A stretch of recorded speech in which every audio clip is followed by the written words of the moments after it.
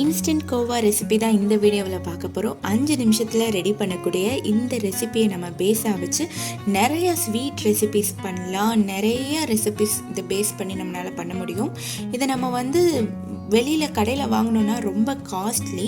நம்ம வீட்டிலே பண்ணோன்னா சட்டுன்னு முடிஞ்சிடும் அண்ட் அந்த அளவுக்கு காஸ்ட்டும் ஆகாது.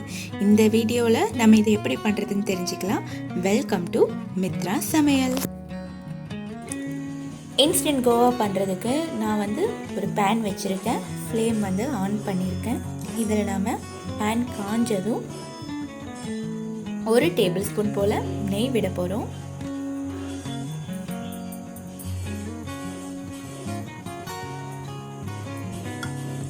நெய் விட்டு நெய் கொஞ்சம் காஞ்சதும் ஃப்ளேம் கம்மி பண்ணிவிட்டு இதில் நாம் காய்ச்சின பால் ஆட் பண்ண போகிறோம். காய்ச்சின பால் நான் எவ்வளோ ஆட் பண்ணுறேன்னா 1 டம்ளர். இது சின்ன டம்ளர் தான். சின்ன டம்ளரில் 1 டம்ளர் நான் ஆட் பண்ணுறேன். எம்எல்ல சொல்லணுன்னா ஒரு 50 ml இருக்கும். இது இப்படி தான் பாயில் ஆகும். நல்லா பாயில் ஆகணும். பாயில் ஆகும்போது அடுத்து நம்ம இதில் என்ன ஆட் பண்ண போகிறோம்னா பால் பவுடர். பால் பவுடர் பார்த்திங்கன்னா நான் ஒரு கரெக்டாக சொல்லணுன்னா ஒரு 35 கிராம் சேர்க்குறேன்.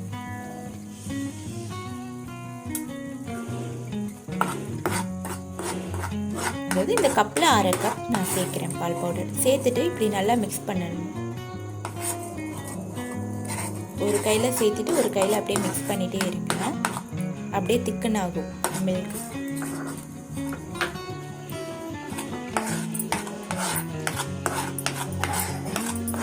கைவிடாமல் மிக்ஸ் பண்ணணும். இந்த என்டையர் ப்ராசஸும் ஃப்ளேம் கம்மியாக வச்சு பண்ணணும். ஹை ஃப்ளேமில் பண்ணிடாதீங்க, கரிஞ்சிடும்.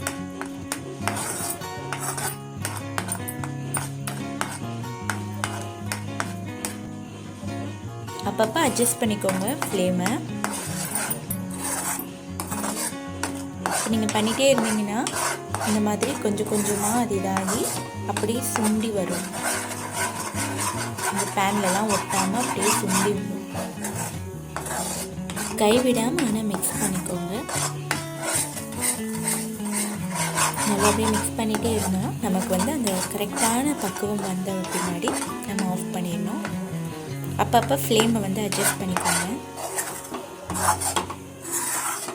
இந்த கோவாவை வச்சு நாளைக்கு நம்ம ஒரு சூப்பரான பால் பாயசம் எப்படி பண்ணுறதுன்னு பார்க்க போகிறோம். ரொம்ப ரிச்சாக இருக்கும்.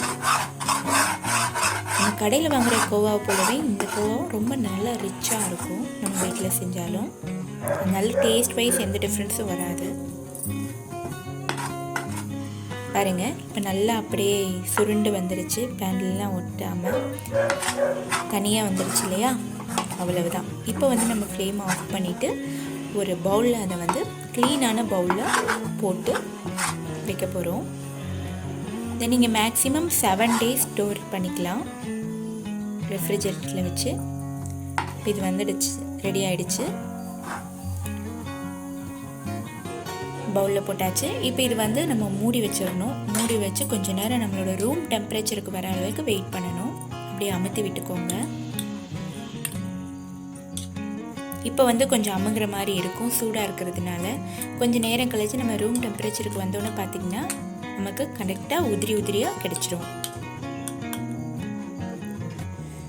இதை அப்படியே நம்ம க்ளோஸ் பண்ணி வச்சிடலாம். இந்த ஒரு கோவாவை வச்சு நீங்கள் நிறைய ரெசிபிஸ் பண்ணலாம்.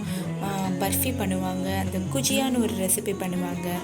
அப்புறம் இதுலேயும் பராத்தா பண்ணுவாங்க. கோவா வச்சு பராத்தா பண்ணுவாங்க, கீர்ஸ் பண்ணுவாங்க, பாயசம், குலோப் ஜாமுன் எல்லாமே பண்ணலாம். இந்த ஒரு கோவா பேசிக் இந்த ஒரு ரெசிபியை வச்சு நிறைய இது பண்ணலாம்.